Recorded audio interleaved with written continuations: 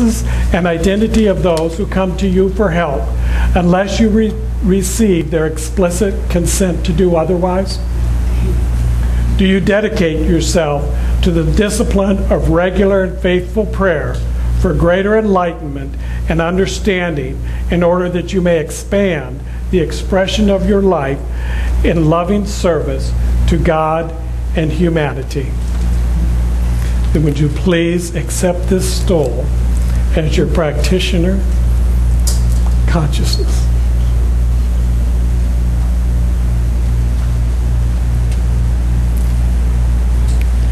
And so let us acknowledge Mary Donegan Birch.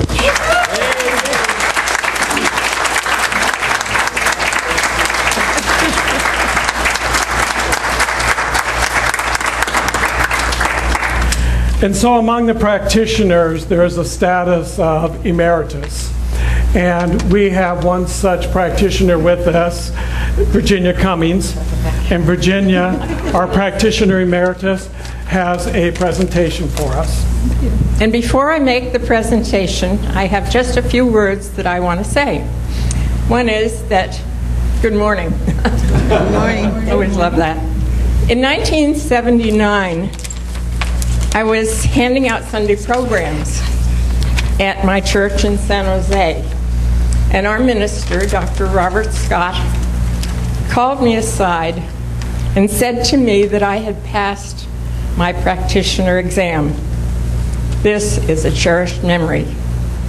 As a practitioner, to retain your license every few years, there is a renewal process.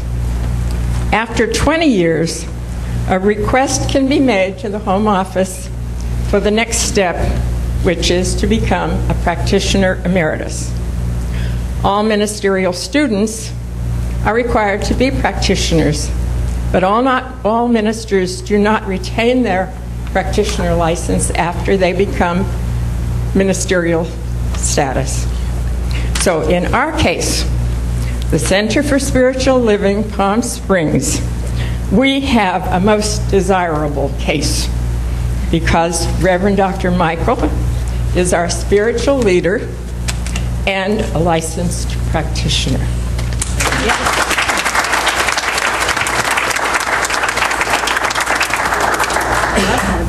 Excuse me, guys. That's the way it is these days. So, I don't know if I need this now. Here. Dr. Michael, on behalf of the Centers for Spiritual Living, I am so pleased, so honored, so blessed to present you with your certificate of Practitioner Emeritus. Whoa!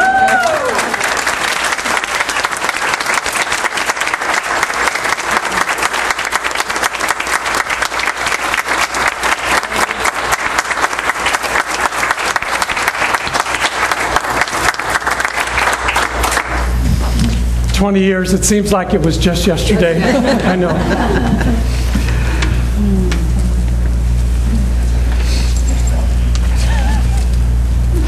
Let's sing our congratulatory song.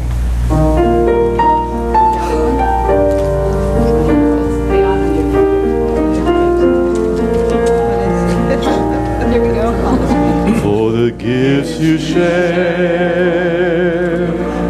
and the work you do with grateful hearts, we honor you.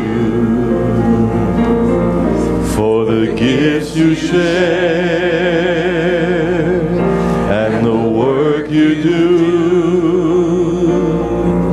with grateful hearts, we honor you. For the gifts you share and the work you do with grateful hearts, we honor you.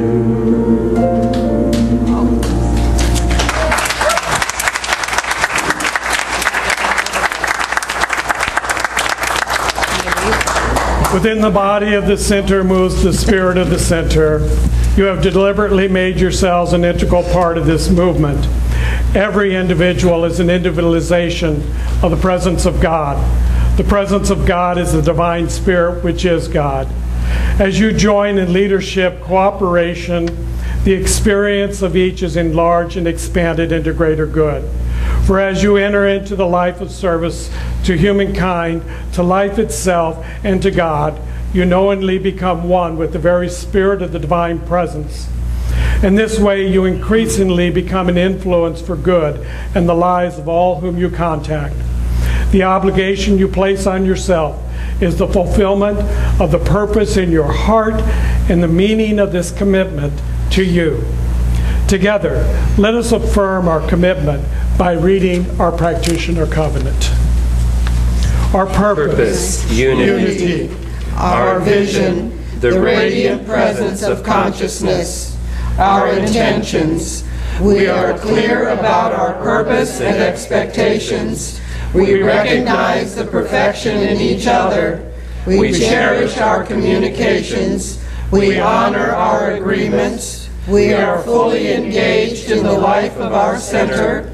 We are fully supported and abundantly prospered in the fulfillment of these intentions. And so it is. Yoo-hoo.